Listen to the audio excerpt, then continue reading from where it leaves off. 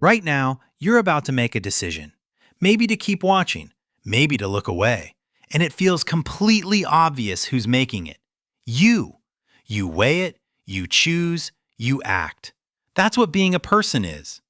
But starting in the 1980s, scientists began hooking people up to brain recorders, watching them make simple, free choices. And they found something that has unsettled philosophers ever since. They could see the decision happening in the brain before the person knew they had decided. Not a tenth of a second before, in some experiments, 7 seconds before. Which raises a question most of us would rather not sit with. If your brain has already chosen before you are aware of choosing, then who, exactly, is making your decisions? To understand how strange this gets, start with a clock. In 1983, a scientist named Benjamin Libet ran an experiment that still hasn't stopped causing arguments. He sat people in front of a fast-moving dot circling a clock face and gave them one job. Flick your wrist whenever you feel like it. There was no right time. Total freedom. The only catch, they had to watch the dot and remember exactly where it was at the instant they first felt the urge to move. While they did this, an array of electrodes recorded their brain. Libet was watching for something specific, a wave of electrical activity called the readiness potential. Two German scientists, Hans Kornhuber and Luder Dicke, had discovered it back in 1965 by recording people's brains and working backwards from each movement. And they had found that the brain starts ramping up its electrical activity a beat before any voluntary action. It always shows up just before you move. Here's what Libet found. The readiness potential started building about half a second before the wrist actually moved. No surprise there. But the moment people said they first became aware of wanting to move came much later, only about a fifth of a second before the action. Line those up, and the order is wrong.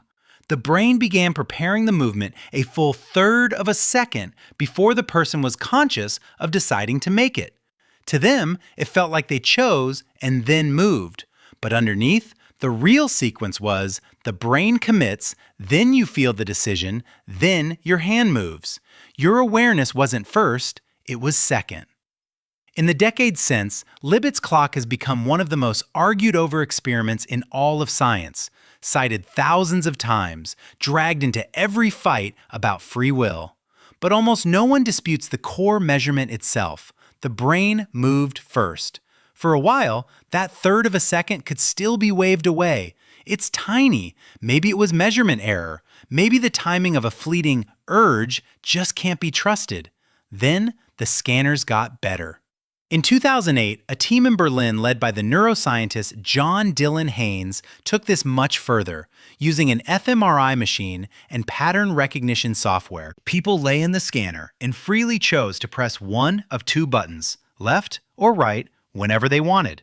The software simply watched the activity in the front of their brains, and it learned to predict their choice. Not as they pressed it, up to 7 seconds before, in some cases closer to 10. The pattern of brain activity already leaned toward left or right long before the person felt they had made up their mind. The decision was sitting there, readable, in the dark, seconds before it ever reached awareness. To be fair, that prediction was only a little better than a coin flip, but that wasn't the shocking part. The shocking part was the lead time.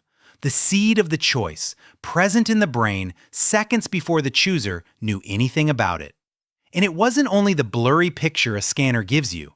In 2011, a neurosurgeon named Itzhak Fried got to listen far closer. Some of his epilepsy patients already had fine electrodes threaded deep into their brains, down to the level of individual cells. As these patients chose when to press a button, Fried could watch single neurons in a region called the supplementary motor area begin to fire. And from the chatter of just a few hundred of them, a computer could call the decision more than a second before the person reported any intention at all, climbing toward 80% accuracy as the moment approached. 3 different windows into the brain, scalp electrodes, a scanner, single neurons, all pointing the same way. Put these together, and you arrive at the idea that genuinely rattles people. The vivid feeling of, I am deciding right now, may not be the cause of what you do. It may be a kind of announcement, your conscious mind being informed, after the fact, of something the rest of the brain has already set in motion. And once you notice it, you start to feel it everywhere. Your hand reaches for your phone before you decide to pick it up. The next word in your sentence is just there, ready, without you choosing it, one letter at a time. It's in the joke you laugh at before you get it, in the name on the tip of your tongue that arrives the second you stop reaching for it. Again and again, the action seems to come first, and the feeling of having authored it follows a half step behind, like a spokesperson stepping up to announce a decision that was reached in a room they were never allowed into. But here is where you have to be careful, because this is not a closed case, and anyone who tells you science has proven you have no free will is going too far. For one thing, these are trivial choices. When to twitch your wrist, left button or right. That may say almost nothing about the decisions that actually feel like ours. Choosing a career, leaving a relationship, changing your whole life. The slow ones, made of reasons, unfolding over minutes and years, not milliseconds. And in 2012, a neuroscientist named Aaron Scherger offered a very different reading of Libet's famous signal. What if the readiness potential isn't a decision forming at all? Your brain is always humming with random fluctuations, activity drifting up and down on its own. Scherger argued that when you're told to move whenever you feel like it, you end up moving right when that random noise happens to drift high enough to cross a threshold. By that account, the brain never made some early decision waiting to be discovered. The timing is partly just chance, and the readiness potential is rising noise, not a verdict.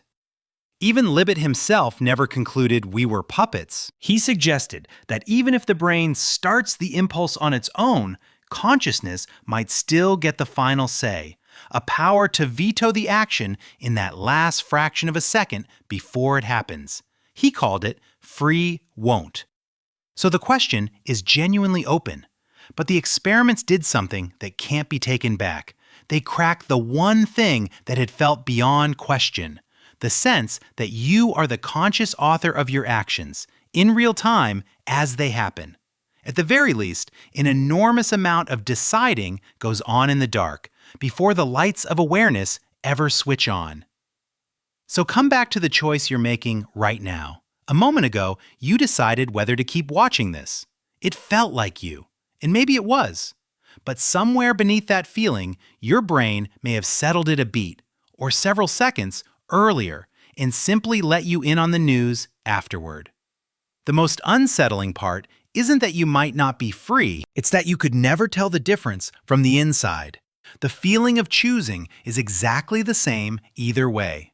So the next time you're certain you've just made up your mind, notice how sure you feel, and then ask who, exactly, you're so sure about. One question before you go, and see if you can catch yourself in the act of deciding to answer it. Do you think you're truly choosing your next move, or just finding out about it a second late?